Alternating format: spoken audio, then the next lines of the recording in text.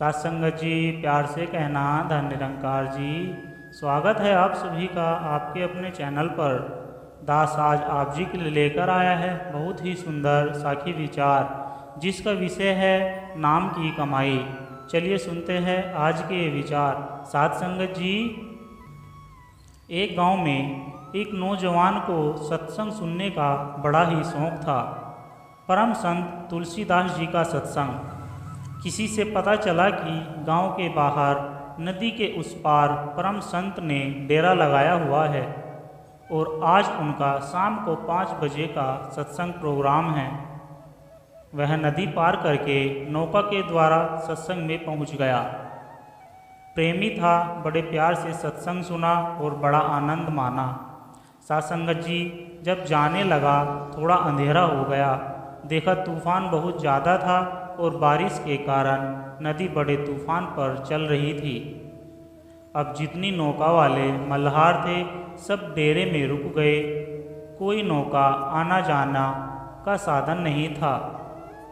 संत के पास पहुंचा और बोला, महाराज मेरी नई नई शादी हुई है। मेरा पत्नी भी इस गांव में अनजान है, हर इंसान से, और घर में मेरा कोई नहीं है। मेरे पास गहना वगैरह बहुत है, नकदी भी है, और हमारा गांव है उसमें चोर लुटेरे भी बहुत है। तो किसी भी हालात में मुझे वहां जाना ही पड़ेगा, नहीं तो पता नहीं क्या हो जाएगा। सासंगत जी, तुलसीदास ने एक कागज़ पर कलम से कुछ लिखा और बिना बताए उस कागज़ को फोल्ड किया और उसके हाथ में पकड़ा दिया और कहा, इसको खोलकर मत देखना कि इसमें क्या लिखा है। जब नदी के पास पहुँचो तो नदी को मेरा संदेश दे देना। जब नदी के किनारे पहुँचा, देखा तूफान बड़े जोरों का है। इसने चिट्ठी नदी की ओर दिखाते हुए कहा, यह तुलसीदास ने तुम्हारे लिए भेजी है। इतना सुनते ही नदी में बीचों बीच रास्ता बन गया और ज़मीन दिखने लगी। पैदल चलने के लिए बड़ा हैरान हुआ। इसे अपनी आंखों पर विश्वास नहीं हुआ। इसने आंखें मली, सोचा कहीं मैं सपना तो नहीं देख रहा हूँ। फिर पैदल नदी पार करने लगा। सासंगत जी, मन में जिज्ञासा उठी, देखूँ तो सही इस चिट्ठी में लिखा क्या है। जब उसने चिट्ठी खोली तो उसमें लिखा था राम। बड़ा हैरान हुआ। इतने में नदी वापस भर गई और रास्ता बंद हो गया और यह दौड़कर फिर वापस किनारे पर आ गया। उसी समय तुलसीदास के पास पहुंचा और तुलसीदास को सारी बात कहकर सुनाई। तो तुलसीदास ने कहा, भाई मैंने पहले ही कहा था कि चिट्ठी खोलना नहीं। खैर उसी समय दूसरी चिट्ठी दी और कहा, इस चिट्ठी को खोलना नहीं और वैसे ही करना जैसे मैंने पहले बताया था। यह बड़ा हैरान था। तुलसीदास से पूछा, महाराज चिट्ठी पर तो राम लिखा था, तो इसमें क्या अलग है? राम तो हर कोई लिखता है, पढ़ता है।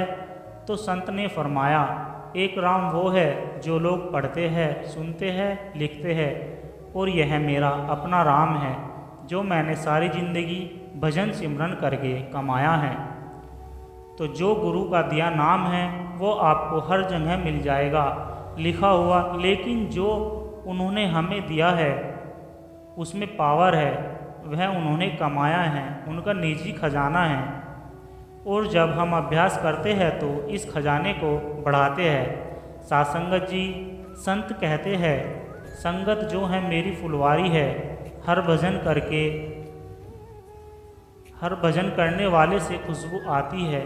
हमें सिमरन भजन करके इसे बढ़ाना है, पर हम अज्ञानी इसे बढ़ाने की बजाय संसारी वस्तुओं को बढ़ाते रहते हैं। जो सब यही रहने वाला है, राम राम करता जा, सब जग फिरे, राम नाम न पाए। सच्ची तड़प जैसे पपीहा स्वाति बूंद के वास्ते वन वन फिरता है और फिर बूंद को कबूल नहीं कर पाता, क्योंकि और बूंद से उसकी प्यास नहीं बुझती। तो मालिक भी उसकी सच्ची तड़प को देखकर स्वाति बूंद पर भर पाता है और उसकी प्यास को बुझाता है। इस तरह जिनको सतगुरु और नाम की खोज सच्ची है और उन्हीं की तलाश में रहते हैं उनको सतगुरु और नाम प्राप्त होगे। हर एक कदम का काम नहीं है जो इस रास्ते पर कदम रखे। साध संगत जी, सिमरन की महिमा। अधिक सिमरन से शरीर सद्मय हो जाता है। नाम का सिमरन रग रग में बस जाता है। जैसे कोरे घड़े के तले मनुष्य की रंग रंग में निवास हो जाता है। क्रोध और जितने दुर्गुण है वे अपने आप ही समाप्त हो जाते हैं। तो यह सिमरन बड़ा सहायक है। कदाचित कोई दुर्गुण है तो उसमें अज्ञात रूप में दूर कर देता है। दुष्ट संस्कारों के निकलने का साधन केवल सिमरन ही है। वह कम कम होते जाते हैं। जब नाम अधिक वास कर लेता है तो वासनाएं दुर्बल हो जाती है। जो शुभ अंदर से जागता है वह ठहरने वाली चीज़ है, बाहर की बनावटी नहीं रहती। अंदर यदि नाम बस जाए तो बाहर आप ही प्रसन्नता आ जाती है। जो चाहता है मेरा जीवन अच्छा हो वह खूब सिमरन करे। विचार हमारे मन में अंडे छोड़ जाते हैं और संस्कार खराब कर देते हैं। व्यर्थ विचार ही हमारे अंदर कूदते रहते हैं। यदि हमने अपने दूसरा विचार सिमरन का डाल दिया तो उस समय बुरा विचार आप ही समाप्त हो जाता है। खाली समय में व्यर्थ सोचने की बजाय सिमरन शुभ है। जो सिमरन करते हैं उनका काम रुकता नहीं, वे सब काम करते हैं और इस सिमरन से सब कर्मों में अच्छे रहते हैं।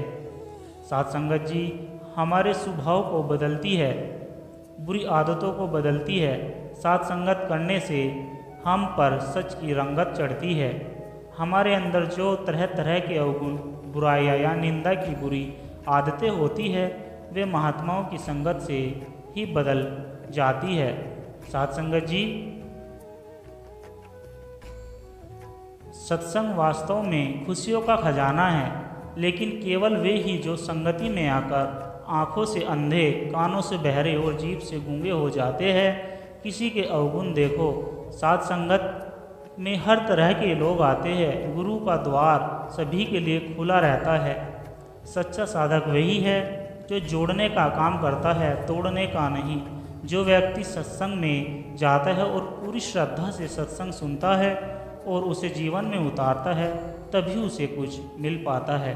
साध संगत जी, प्यार से कहना, धन निरंकार जी।